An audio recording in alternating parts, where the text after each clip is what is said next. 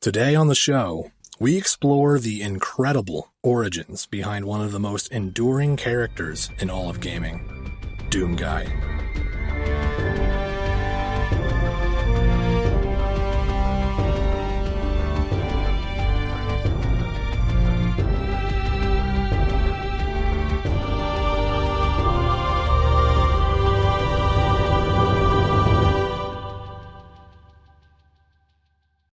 Welcome to Lore Party, the podcast that explores the stories, characters, and universes of our favorite video games.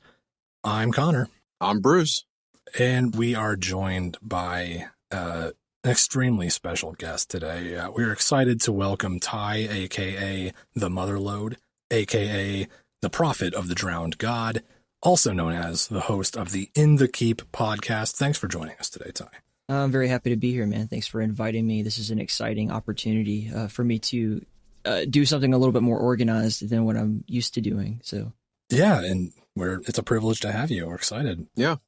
Today we're breaking down kind of one of the most legendary figures in any gaming franchise, and just honestly, the genre of first-person shooters wouldn't really exist as we know it without our main subject today, Doom Guy. Is that fair to say? I mean, there have been other shooters, but... Oh, yeah. Like, this is your father's Master Chief. Like, this is the OG Space Marine of first-person shooters. Doom Guy is, even if you haven't played the game, you know who he is, you know what he does. And you pay your respects to the godfather of blowing away bad guys from the first-person perspective.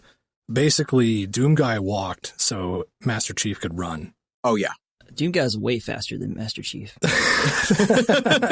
That's a good point. We're talking about a guy who can carry around like 2 or 3 shotguns, a chain gun, a plasma rifle, a rocket launcher, the BFG, and still run like as fast as a freaking gazelle or something. He's got his rocket launcher directly mounted to his crotch, like just blasting away at enemies and takes no pain from it. Like, what a legend. Absolutely. What a king. Absolute madman. But let's, what we're doing today is actually, we know the stories. We've all heard the myths of the legends. Doom. That's right. The legends of Doom Guy and his rocket launcher crotch. But who is Doom Guy exactly? Is the question. What is Doom Guy? How is Doom Guy? I think what is actually the correct question. We don't know exactly what he is, and that's a good point as well. There's this question of, is he even really human? Is he from Earth? What's going on behind that helmet of his? There's so many questions about him. So where do we start? Let's start at the beginning. I think that makes sense, right? A great place to start. Logical place to start. So Our journey with Doom, I mean, it's a personal journey. Like I told you, Bruce, it's a childhood thing for me. I kind of grew up on these games. Ty, I assume that it's been a long-term relationship with Doom for you as well. That's actually really interesting. I did not first play Doom until 2017. It is 2020. Oh my God. All right, you're in my boat. I'm in this extremely weird situation where I, really quickly got into Doom. I played all of them, in a weekend, like the first Doom 1, Doom 2, the final levels, all of this stuff, and then picked up Doom 2016 right after that because I was already on that tangent. So I kind of got to experience not only all of the games in order, but I got to experience them all at the same time. And then I got into this weird situation where with my podcast, I was doing a lot of stuff with the Quake community, and then I would have people it makes sense we should do some Doom stuff, and then I got to know the Doom community, and now I'm caught in between. It's like the Quake people think I'm the Doom guy, and the Doom people think I'm the Quake guy. And that's how I ended up amazing. Here. Yeah, that's so cool. You really had the crash course then. You just sort of crammed it all in and experienced it all in one quick shot. That's really cool. Definitely. Well, yeah. I would ace my Doom 101 class, I guess. This is still, I'm on my first year of Doom 101. Just kind of been watching a lot of just lore YouTube videos and figuring out the timeline. I played Doom 2016 and Doom Eternal this year. And, I played a little bit of Doom 2 at the end of Doom Eternal, where it's kind of built in but I haven't really played any of the other Doom games. Well, I kind of feel like the old man on the show right now because it was I want to say like 1998 or so. It was, I was a wee little lad, little baby Connor, and my really cool uncle, guy named Ron. Shout out to Ron. He showed me these awesome games on his computer. Hey, this was called Duke Nukem. This one's called Wolfenstein. This is Doom. And I was like, I want it. I want them all. And my mom was like, damn it, Ron, I told you not to show him those games. And true enough, I get the floppy disks for them. And, my older brother and I, we try and beat Doom together, and we play through Doom 2 and use the cheat codes because I'm a kid and I don't really get it. So I beat it with God mode on, and it was the rest is history. I've been in love with the games ever since. And yeah, when 16 came out, it was revival of those feelings. So it's definitely been a long-term thing for me. But any way that you arrive to Doom is a beautiful thing. It doesn't matter as long as you find it within your heart and embrace it. And Doom is a part of you. That's all that matters. Few things in life have been more rewarding than becoming part of the Doom community at large. Like, we're talking about the most unbelievable group of people who are knowledgeable and welcoming and like happy to help you learn how to do anything. And so many people have built careers in computing or in game design strictly because of their affinity for Doom. So here. And here we are doing a podcast about Doom. So I'm really that's right. It brings so many people together and makes so many incredible things possible. Yeah. That's great. Yeah. And it all started with one guy, with one angry, badass space marine who beat the odds. When you go back to look at the original Doom, it's, a pretty simple premise. I think a lot of people don't give Doom the story credit that it deserves. Like, oh, it's just a guy who shoots demons. But there's so much more to it. When you look at Doom Guy, there's kind of theories about, does he have a name? Does he have a background? Does he have a story? And it depends on where you look. I think if you look at the game itself, I believe you guys can correct me on this, but I have heard that the original developers like John Carmack, Tom Hall, and those guys, they kind of explained like the Doom Guy doesn't have a name. He's just there, and he's meant to be a self-insert. He's meant to be someone that the player can project themselves upon. Right. And because of that, I think, and it's especially because of the kind of show don't tell that kind of goes along with that, it really lends so much to the imagination of what Doom Guy can be. His personality, even just through the little head at the bottom of the UI screen, right? You kind of get a sense of like, just an air of understanding of what's going on. And then the lore kind of takes you away because you're just like, I have this momentum. I need to kill the demons. I need to get to the next place. But then along the way, and this kind of still follows to Doom Eternal, where it's just, there are these big grandiose things that are happening and you are just making a beeline to the next enemy. I think it's important that we note before we really dig into anything that id Software was notoriously, like John Carmack was quoted saying that the stories to games are like the stories to a porno movie. It's not, it's expected to be there, but it is not actually important. And they lived by that philosophy and began that philosophy basically with Wolfenstein that carried all the way until Half-Life.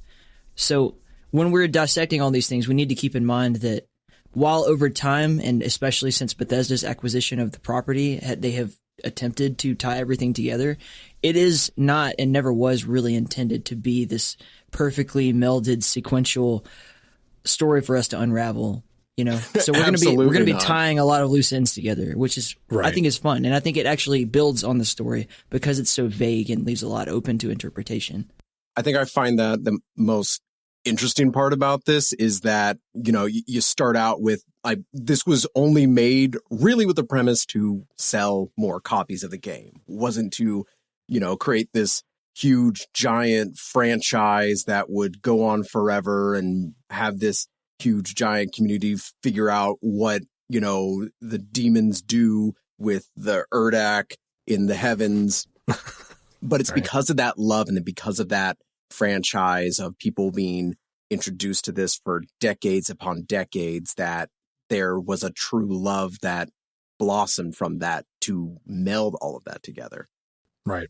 A lot of the story that we see behind the action that's inherent to Doom is, like you said, Ty, and like you said, Bruce, it just kind of comes from the fans in a lot of ways, and it's like a labor of love that the story has taken shape. And part of that was I like how you mentioned the kind of little face at the bottom of the game screen in Doom 1 and Doom 2. Like that really ties into the original intent behind Doom Guide to just be a self-insert, just kind of be like a blank slate for the player to relate to. And when you see that guy at the bottom, like grinning when he pick up a new gun, or like kind of looking angry when he gets shot, just kind of darting his eyes around, all paranoid, it's like, yeah, you feel like you're in his shoes. And one of the original instances of really immersive first-person shooter gameplay was like, you are that guy. You're in a very dangerous place, and you got to keep your wits about you.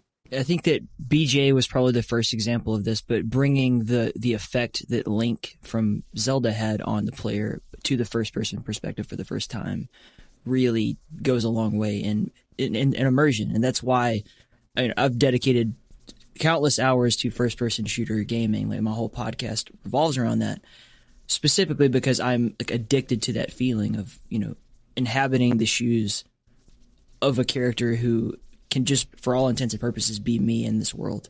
Right. Yeah. And there were sort of attempts by whoever held the license at the time. I guess there was a novelization of the original Doom game. I don't really know much about, how that happened, but there's a book. And There's the one Doom for Bible. each. There's one. No. The Doom.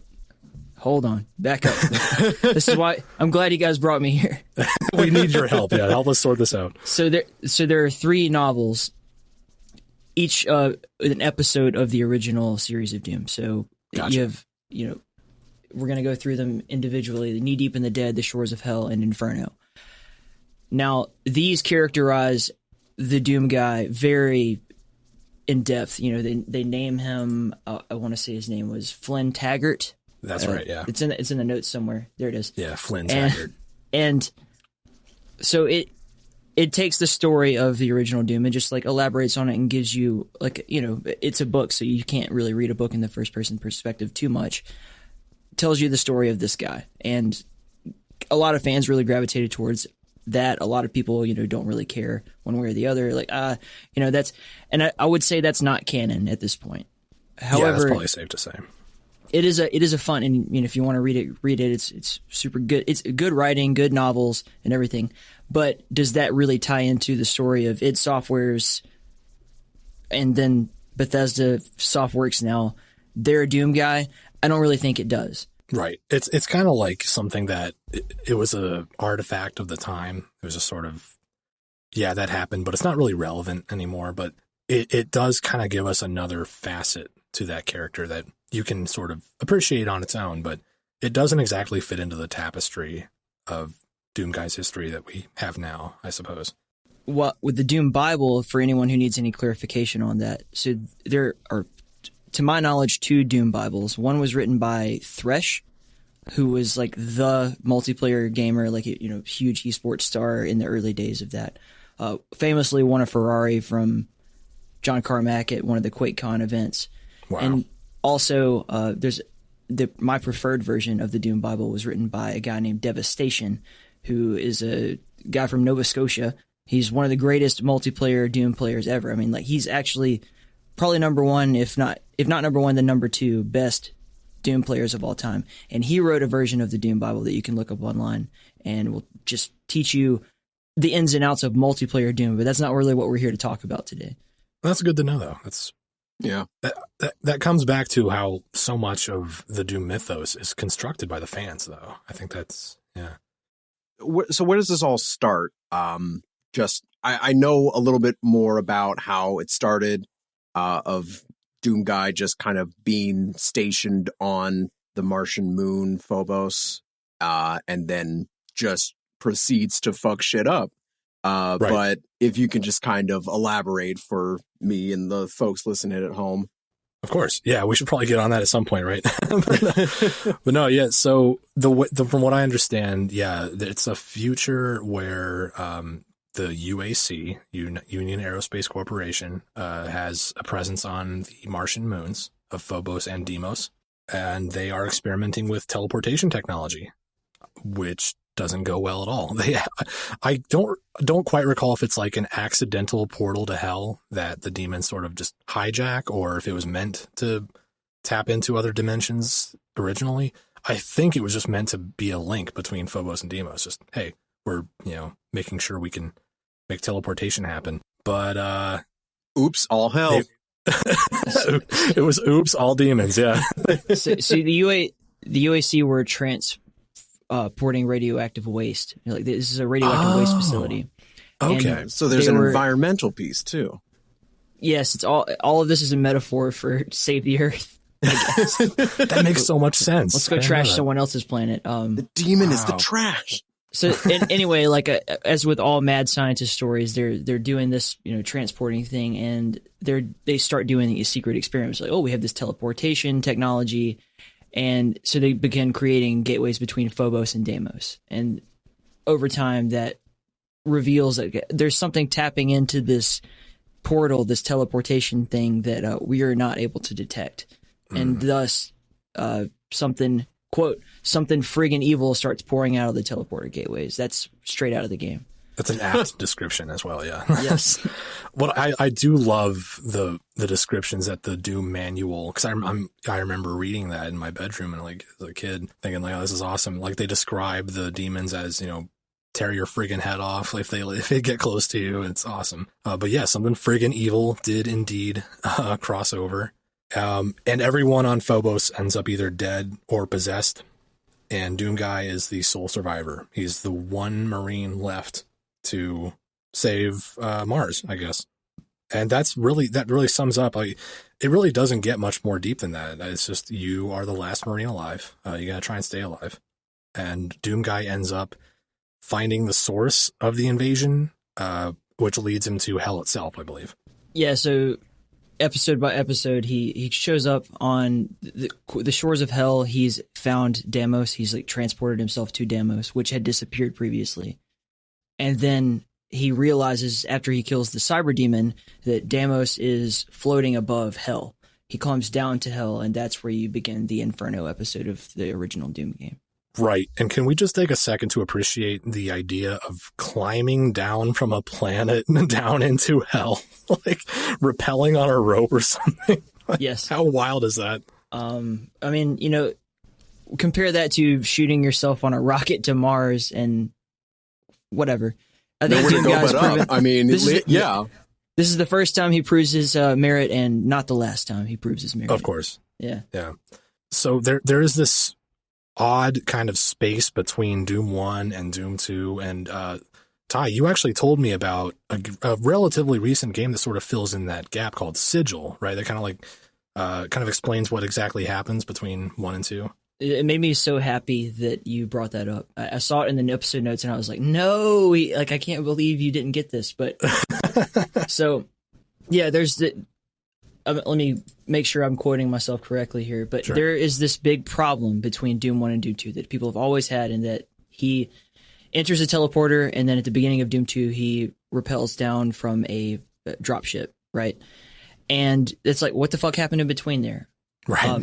So John Romero, original creator of Doom, founding member of id Software, greatest human being maybe that's ever lived. Beautiful hair, right? Agreed. He decided to take that upon himself to create this game called Sigil, which is just a mod, a new episode of the original Doom game, right? It uses all Doom 1 assets. And that tells the story of, and I'm going to quote him here directly, after killing the spider demon at the end of E4M8, quote, unto the cruel, your next stop is Earth. You must save it from hellspawn that is causing unimaginable carnage. But Baphomet glitched the final teleporter with his hidden sigil, whose eldritch power brings you to even darker shores of hell. You fight through this Stygian pocket of evil to confront the ultimate harbinger of Satan, then finally return to Earth to become Earth's savior. Like that's the story of Sigil, essentially. Beautiful. And Quick that question. bridges the Are we gap. sure John Romero wrote that and not like Dante Alighieri or something? It's John Romero is given credit for this quote. That's all I can say. I won't. It is Fair quite enough. an eloquent sentence that I probably butchered at some point during. No, that was beautiful. But yeah, that does kind of bring us to Doom 2, where, like you said, the Doom guy sort of fights into hell, then back out of it again, then back to Earth, right in time for another invasion. So Mars was just the beginning, and in Doom 2, it's hell on Earth. We actually see a bit of that in Thy Flesh Consumed, which was an expansion pack to Doom 1. And right. for the Ultimate Doom, I'm sure you played that. If you I own think Doom so. on Steam right now, you probably have that. So, yeah, we get to see a little bit of Doom guy on Earth at that point. But then, yeah, of course, Doom 2 drops down in the dropship, and then it's all hell breaks loose on Earth. And this is the ultimate first-person shooter game for most people, I think. So during these timelines, I did want to kind of bring up just how in some instances and what I'm seeing in my research, how Doom Guy is kind of humanized in a way. I think that's important to note. In the story of Doom 2 is when we first actually start to see Doom Guy as a human being, right? Right. We visit his hometown. We get to like this idea that he had a family, he had a pet, he had things that he cared about before, the Marine Corps or the Space Marine Corps or whatever now we have the Space Force. That is a great point, though. That is kind of the point in the timeline where we start to see, like you said, that's well put, that humanization of Doom Guy. And, we see that he does care about some things. And that might sort of inform his decision to do what he does at the end of Doom 64, which, really quick recap, Doom 64 kind of follows Doom 2. That's like, all right, you've saved Earth, but there's still something called the Mother Demon somewhere back on Mars, I think. Yes. And Doom Guy has to go kill that too. And then, so then he decides, I'm over this, this is bullshit. I'm going to go straight to the source and just stay there. So he kind of goes to hell at the end of Doom 64 and decides to just stay there and keep killing demons for eternity, basically. It's important to note that Doom 64 was kind of retroactively tied into the modern Doom story, right? Right. So they've added a new episode with credit to Kaiser and the guys over at Night Dive Studio for actually creating this new episode and refurbishing the game for all of us to play on PC now. He had actually modded and created like the Doom 64 within Doom 2 that everyone had access to. If you wanted to play it on PC, you played it in the Doom 2 engine up until this year when they released this new version of it. Gotcha. Yeah. And that features the whole new episode that ties it into the Doom 2016/Doom Eternal story. I see. So it's a patchwork history. Like pieces are being added to it kind of all over the place. I started this by telling you that the story was not established by the creators. They didn't care. Yeah. It wasn't a part of their... They didn't intend for us to be here 20 years later, 25 Making years a later. podcast. Yeah. Trying to dissect the lore of this like it made any sense. And but it has done an interesting job of, kind of making it all make sense. And I think we shouldn't even give credit to id Software or to Bethesda for doing that. It really comes down to, again, the fans and the community for putting this together. Absolutely. I think definitely what I would want to say is that, and this has been an argument that has always been ongoing for almost anything, but art is what is perceived, I believe, more by the audience. The intention of what the artist has made is always going to be there, but how it is truly perceived by the outside world is what that art's true identity is. To others who are not the artist. And I think Doom is a perfect example of that. Absolutely. It's like when you put something out in the world and people respond to it and make it their own, it kind of belongs to them at that point. Okay, we're going to take a quick break here, but stick around. We'll be right back.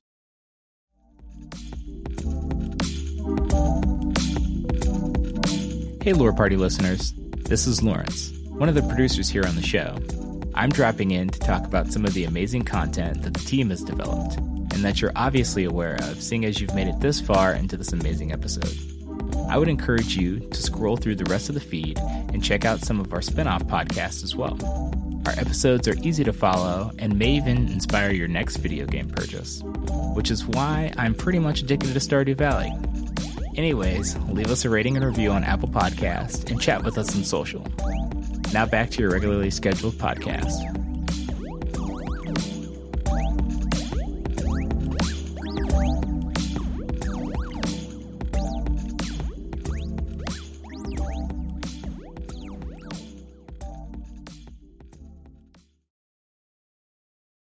So at the end of Doom 2, we see Doom Guy face Baphomet, or the Icon of Sin, as he's known in the Doom world, and that's it. That has a lot of implication on what will happen later. We grow to know that Baphomet has been basically fucking around with Doom Guy since Sigil now, right, in the official canon, and he defeats Baphomet, or I got to start saying Icon of Sin, but because it's going to sound like we're worshiping the devil or something here. but anyway, you defeat the Icon of Sin, you move on, you have the events of Doom 64 play out, and then you end up in the modern era of Doom after that. Right. And yeah, that Icon of Sin is an important aspect we'll return to later that sort of informs this idea of these events taking place kind of on a continuum, that some of these events maybe repeat themselves or sort of mirror themselves in other dimensions. But that does bring us to sort of the modern representation of Doom with the 2016 reboot. And when the 16 reboot started, I speaking for myself, I just assumed that everything about the old games was just kind of being retconned.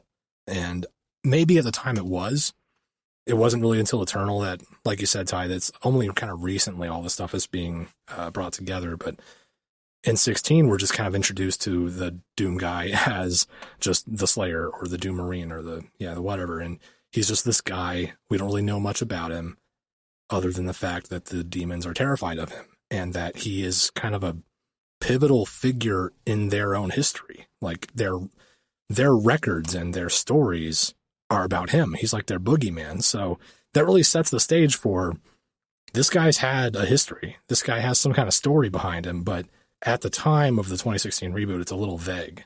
At that point, we don't even know that it's the same guy, right? We Right. know that there is this iconic figure called the Doomslayer, but we don't know anything else about him, which I thought was perfect. I was like, leave it at that. That sounds great. But I also kind of enjoy that kind of urgency that goes with it. Like, why the fuck are you asking about what his pet rabbit was? There's a demon right there. It's there. It's going to kill you. Shoot it. Shoot it right now. Right. It's in the gameplay too.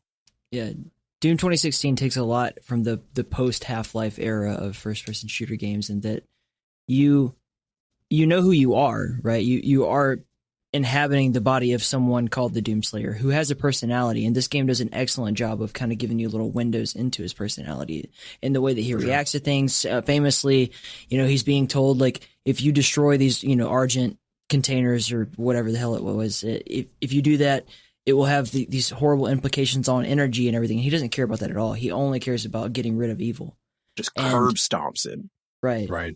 And goes crazy and breaks everything and causes damage in the wake of his, self-perceived path against defeating evil, which is all he seems to care about.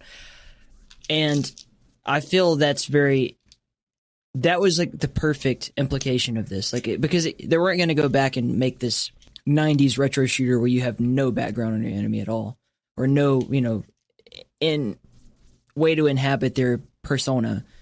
But they did a really good job of kind of keeping it in such a way that you could self-project yourself into that character. And I think that's an important part of what Doom 2016 contributed overall to the franchise. Absolutely. Because we skipped Doom 3 for a reason. Yeah, I didn't have that as part of the agenda here because honestly I haven't played it and I don't really know much about it, but I also was pretty sure it didn't really fit into this particular timeline. It's the best Resident Evil game. That's what I heard. Yeah, it's interesting. It's a bit of a departure, but it's more like a survival horror game. It's good. Yeah. I really do like it, but it's not officially part of the canon at this point, and I don't think there's any reason we should waste time on it other than to say it's a good game. You should play it, but don't that's not part of this podcast. Yeah, don't look too deep into it for Yeah. Doom lore, but yeah. But what I liked about Doom 2016, we've talked about kind of like the intentional vagueness and how it actually was effective when it comes to Doom Guy's character. I'm sorry, the Slayer, as he's called now. But we also learn he has these connections to some also sort of enigmatic and mysterious figures called the Night Sentinels.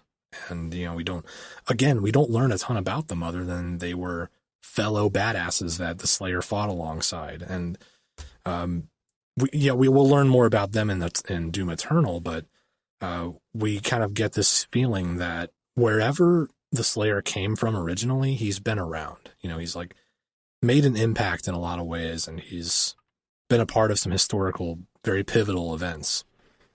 And, you know, he ends up going on to ending the Hell invasion of Mars, but UAC director Samuel Hayden sort of betrays him and banishes him to parts unknown. We don't know where he goes at the end of Doom 2016. That might be kind of a gap in the storyline that could be filled later by DLC. I think I've heard rumors that the Doom Eternal story DLC might cover that. But for right now, that's basically where the timeline sort of ends at that point. So this is one of the few examples of where I think that Bethesda Softworks is in a good position to really tie everything in. They have, you know, reached this point where they've established that there is a group of people called the Night Sentinel who fight evil, and Doom Guy is part of that. And there's a lot of other characters in this same sort of universe that tie into that same storyline. Right. I think we'll touch on that a little bit later, but I think it's good to set the precedent now that there's a lot more to unravel, specifically with that story that I hope that they capitalize on. For sure. Yeah, me too. But yeah, then that eventually brings us to the newest entry in the canon. That's Doom Eternal. And, you know, I think there was mention earlier about, you know, this idea of events sort of repeating themselves, and maybe Bethesda had sort of an idea to holler back to Doom 2 by setting a good portion of the game on Earth during a Hell invasion. So it's kind of like hearkening back to that original Hell on Earth storyline from Doom 2. Right. I hate to say it, but it's sort of like George Lucas kind of saying that, you know, there's a rhyme in the stories. Or yeah, it was like J.J. Abrams sort of like rhyming with, you know, starting his Star Wars movies on a desert planet. You're going to bring up his name, you got to bring up Cloverfield. Like, Cloverfield is all, like, do you see separate stories that they've retroactively tied into the Cloverfield universe? Oh, well, that's true, yeah. Yeah, and that's exactly the story of Doom. That's exactly what they're doing right now. They're, you know, let's take the story and try to cram it into this narrative. And That's right. That's where we're at now with Doom Eternal. And they've done it, apparently, and I'm trusting you, Connor, apparently they've done a good job of this. So I believe so too. Yeah. But yeah, like when Doom Eternal starts, we're kind of given just a very basic setup of The coolest opening to a video game in my recent memory. I loved it. Yeah. I thought it was amazing. Just the radio static, and you know, he's just cocking his shotgun and the anger in his eyes. It's not even really anger. It's like resolve. He's just, here I go killing again. It's like, I'm going back to work. It's so badass. And that music. Oh my God. But that's Doom Eternal. The continental pentagrams and oh yes. The Doom Fortress and the Stargate portal. And it just sets it up for just romp through dimensions. Yes, absolutely. So yeah, Doom Eternal really sets the tone early on that Doom Slayer is just the lone resistance, or like the one guy who can do anything about what's happening. And so he's just going off to raise hell. And it's very high energy. And throughout the story of Doom Eternal, obviously it's tons of blood, gore, and slaying demons. But it does kind of raise the stakes with some of these deeper conflicts that Bruce, you and I have talked about on our last episode. Sort of these considerations of what's happening with Hell and what's happening with Urdak, you know, sort of the heaven allegory, and these opposing forces. We also learn more about the Slayer's history with the Night Sentinel. So some of the things that Doom 2016 brought up and didn't really elaborate on that deeply, Doom Eternal really blows the doors off. Yeah, they gave us way more than we were even asking. Absolutely, yeah.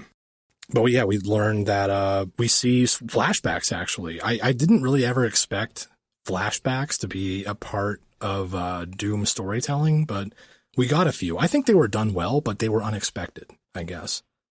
Because we see, like, from Doom, the Slayer's perspective. I keep wanting to say Doom guy, and you'll know why soon, because they're the same guy, but we didn't know that until Doom Eternal, or at least not for sure. But we do see these flashbacks from the Slayer's perspective of when he first arrived on Sentinel Prime, the homeworld of the Night Sentinel and the Argenta.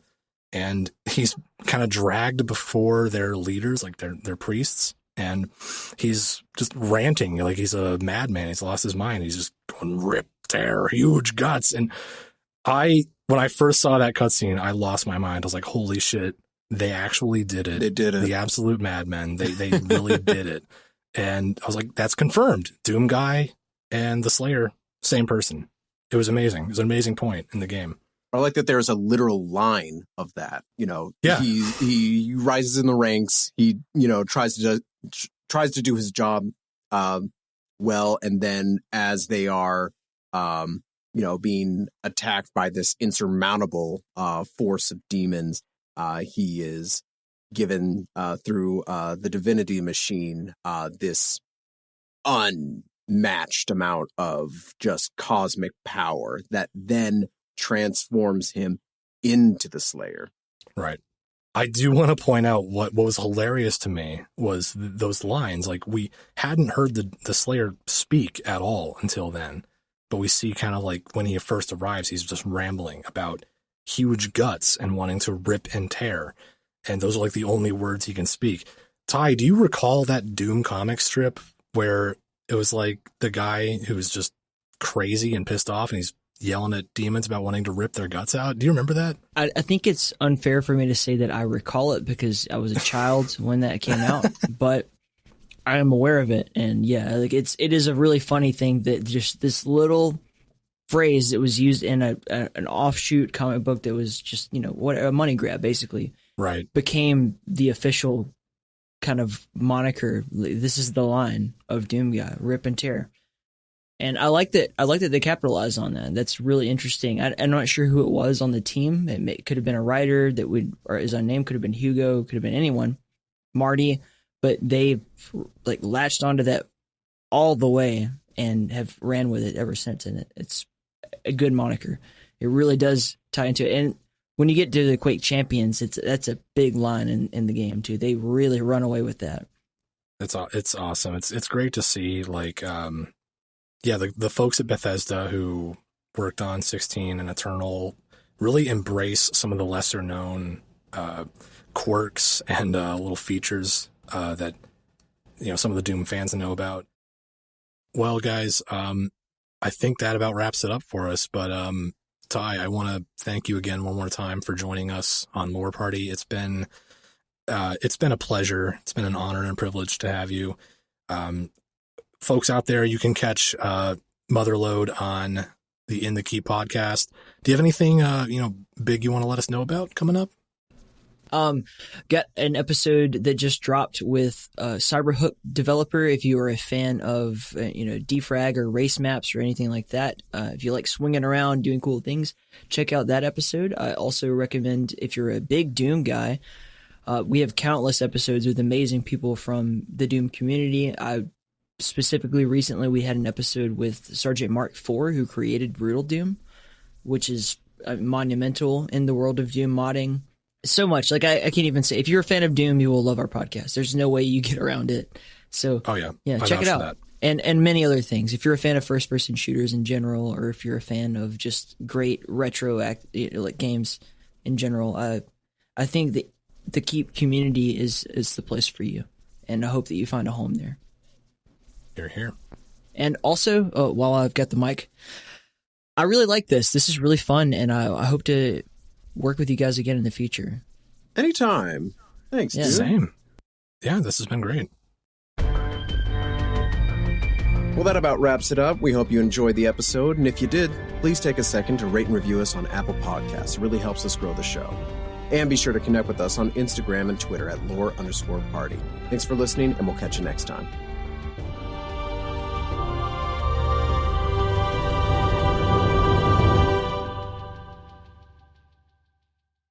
One last announcement I wanted to add real quick. The Motherlode will be hosting interviews with creators of Doom and other classic games at Realms Deep 2020, a virtual convention presented by 3D Realms on September 5th and 6th. So make sure to stay tuned for more info on that.